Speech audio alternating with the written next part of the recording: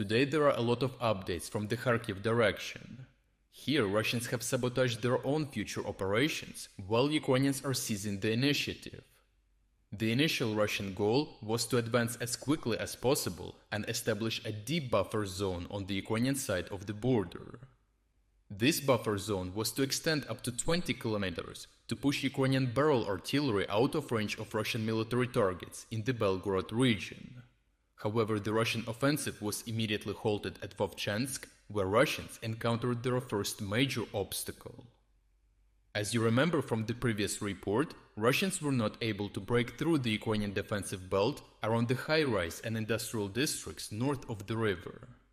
Furthermore, Ukrainian counterattack severely blunted the Russian offensive, as the Institute for the Study of War reported that Russians were slowly being forced into defensive operations. Because of the Russian offensive momentum slowing, Russians resorted to intensely shelling Vovchansk with TOS-1 thermobaric artillery and Tulip heavy mortar systems, as well as dropping a large number of glide bombs on the town. Geolocated footage shows that these strikes targeted not only Ukrainian defensive positions, but also the bridges over the Vovcha River. Russian military bloggers report that this was the last intact bridge connecting southern Vovchansk to the Ukrainian defenses in the town center. Looking at the aftermath of this strike, the bridge is likely unable to sustain heavy vehicles. In contrast, lighter vehicles, cars, and especially infantry should still be able to make the journey across, meaning Ukrainians in the north are not cut off from supplies. Russians likely destroyed these bridges to prevent Ukrainians from conducting any further counterattacks over the river, relieving some pressure on Russian forces fighting in the town. If you want to get access to the original uncensored combat footage of all the mentioned operations, you can find it on our Telegram channel by using the QR code or the link in the description. Destroying these bridges not only limits the Ukrainians' ability to conduct large counterattacks into Vovchansk, but in turn also severely hampers the Russian ability to cross the river in the future. The Institute for the Study of War concluded that Russians are destroying bridges they would need to cross should they want to penetrate deeper into Ukraine. They also state that this indicates that Russians in Vovchansk are primarily focused on maintaining their marginal gains rather than developing their offensive further. Recently released geolocated footage north of Vovchansk also shows a Ukrainian FPV kamikaze drone destroying a Russian military excavator. This Russian excavator was busy digging a trench line or bunker, further underscoring the Russian intent to go on the defensive in Vovchansk. However, before the Russians can consolidate their gains in Vovchansk, they must first push the Ukrainians from their defensive line around the high-rise and industrial districts. As Ukrainians slowly pulled back to their strongest defensive positions, Russians expanded their control over the surrounding suburbs. To secure their flanks against a possible Ukrainian counterattack from the east, Russians also advanced towards the settlement of Tiki.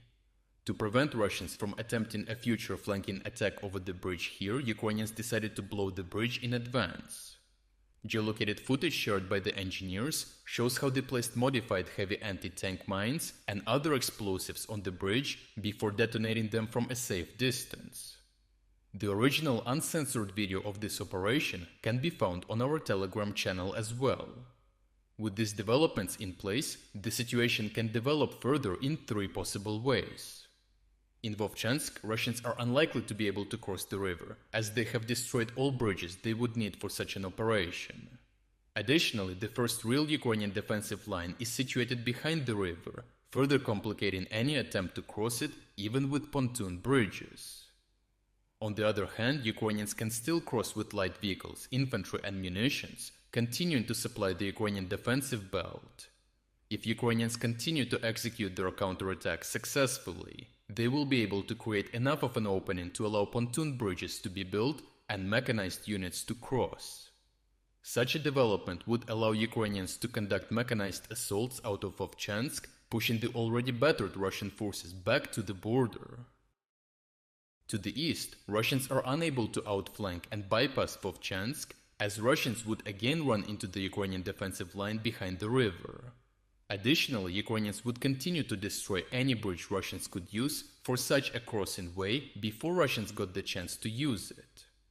For the Ukrainians, the destroyed bridges are much less of an obstacle for offensive actions, as unlike Ukrainians, Russians do not have fortification immediately on their side of the river. So the availability of trenches and fortifications immediately on each party's riverside dramatically changes the probability of a successful offensive across the same river. Nonetheless, a Ukrainian attack on the eastern flank would easily be countered by attacks from the Russian territory. The difficult situation on the eastern flank will make it unlikely that either Russians or Ukrainians will decide to make their next move here.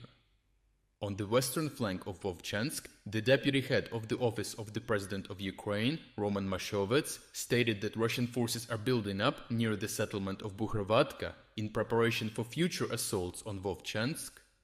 A successful Russian assault in this direction would undercut Ukrainian control over eastern Vovchansk while establishing a bridgehead for future Russian operations to the south. However, if we take a look at the topographic map, we can see the probability of such a Russian assault being successful is low for a multitude of reasons. Firstly, any Russian assault over the bridge would immediately be met by Ukrainian fire not only from the defensive line behind the river, but also from the forest to the south.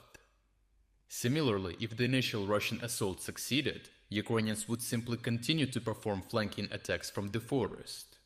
This would cut off any Russian units that made it across, leaving them an easy target for Ukrainian counterattacks. Thirdly, Russians would not be able to set up a pontoon bridge further away from the bridge to the south, as they would have to move the large and heavy equipment through their own forest, while the bridge itself would be under direct fire from the Ukrainian defensive positions. In the end, the actions of Russian forces were their own undoing. Russians had destroyed all their viable crossing points over the river with no prospect of laying down makeshift bridges. These actions eliminated any hope for Russian forces to conduct a deeper breakthrough and achieve their goals of establishing a large buffer zone. Meanwhile, Ukrainians maintain a strong foothold in the northern part of Vovchansk, not allowing Russians to consolidate their gains, possibly even leading to large Ukrainian counterattacks out of Vovchansk. Based on the recent buildup of Russian forces near Bukhrovatka, Russians will either attempt a suicidal push across the river to outflank Vovchansk or attack towards the west, where Ukrainians are already on high alert.